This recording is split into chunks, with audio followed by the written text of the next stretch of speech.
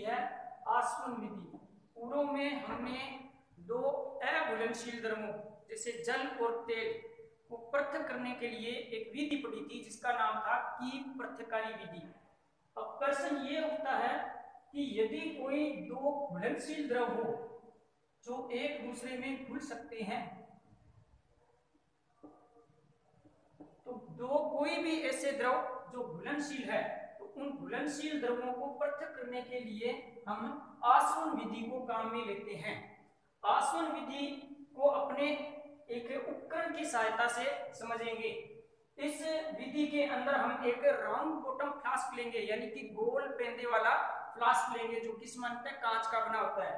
इस फ्लास्क को हम एक स्टैंड के ऊपर कस देंगे क्लैंप की सहायता से, और फ्लास्क के अंदर हम दो घुलनशील द्रव जैसे कि जल और एसीटोन या जल और अल्कोहल भी हो सकता है। कहने का मतलब वो दो द्रव है वो आपस में घुल जाने चाहिए। तो दो घुलनशील द्रव जैसे जल और एसीटोन है, इसको इस फ्लास्क के अंदर अपने भर देंगे। अब फ्लास्क के ऊपर अपने कोरक के अंदर से एक थर्मामीटर लगा देंगे ताकि कि इस मिश्रण को गर्म करते समय अपने इसका टेम्परेचर या तापमान है वो नोट कर सके। अब इस फ्लास्क के अंदर हम एक निकास नली लगाएंगे। ये जो दिखाई दे रही है हमारी निकास नली है। इस निकास नली के ऊपर हम एक संघनित्र लगा देंगे। संघनित्र हमने पूर्व कक्षा में पढ़ा, एक संघनन, यानी कि संघनन का मतलब है कि किसी वाष्प को यदि ठंडा किया जाए तो वो वापस द्रव में बदल जाती है, तो उसको अपने संघनन की प्रक्रिया बोलते हैं। जैसा हमने घरों पर सब्जी बनाते समय देखा है, ऊपर कटोरी या प्लेट रखते हैं और उसके अंदर पानी डालते हैं ठंडा, तो जो सब्जी के जल की वाष्प उठती है उस प्लेट से टकराने के बाद में अपने आप संघनित्र के रूप में जल में बदल जाती है। तो जो संघनन की क्रिया को करता है वह उपकरण संघनित्र के नाम से जानता है। इसमें एक तरफ से जल का प्रवेश होता है और दूसरी तरफ से गर्म जल है वो बाहर निकलता रहता है ताकि इसकी जो वाष्प है वो पानी में बदलती रहे। अब इस निकास नली के नीचे स्टैंड के ऊपर अपने एक बीकर रख देंगे और उस बीकर को अपने स्टैंड की सहायता से कस देंगे। अब हम इस मिश्रण को गर्म करना प्रारंभ करेंगे। तो जल और एसीटोन का मिश्रण है वो धीरे धीरे गर्म करने पर उबलने लगेगा। सामान्यतः प्रत्येक जो विलयन होता है, प्रत्येक जो पदार्थ होता है वो एक निश्चित तापमान पर ही उबलता है। जैसे जल है, जल का तापमान 100 डिग्री सेल्सियस है, इतने तापमान पर यह उबलने लगता है।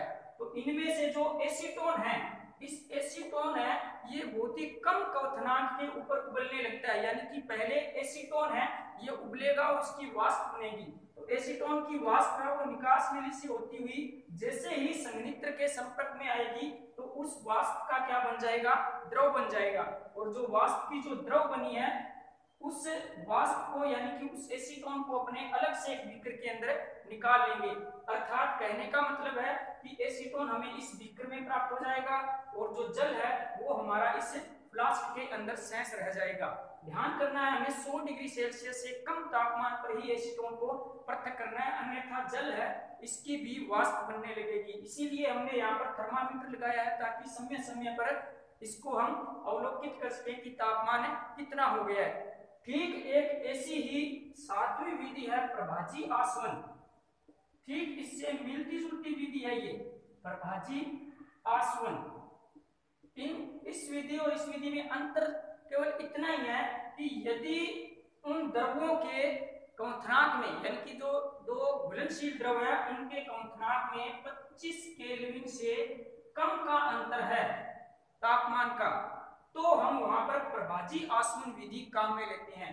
ठीक यह विधि इसी तरह से ही है, केवल अंतर बस इतना है कि इस विधि के अंदर फ्लास्क के अंदर यहाँ पर कांच के टुकड़े डाले जाते हैं जो कि इस वाष्प को फैलने के लिए सतह का क्षेत्रफल बढ़ाते हैं।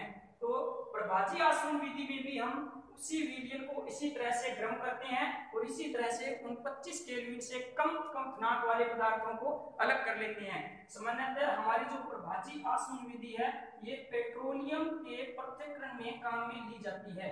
पेट्रोलियम के पृथक्करण में हम जो पेट्रोलियम शब्द है इसको पेट्रोल से अर्थ लगा लेते हैं, परंतु पेट्रोलियम एक अलग शब्द है।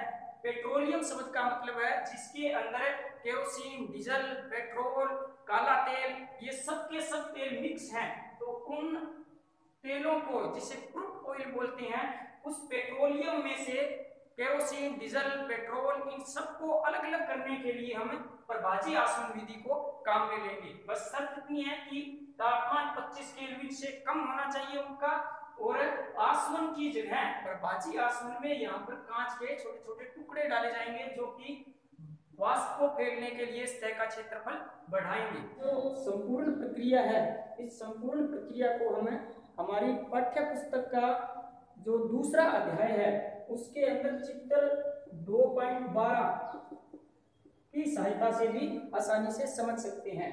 बिल्कुल सेम यही प्रोसेस उस चित्र के माध्यम से अपने जान सकते हैं कि वायु में से मिश्रण के घटकों को कैसे पृथक कर सकते हैं।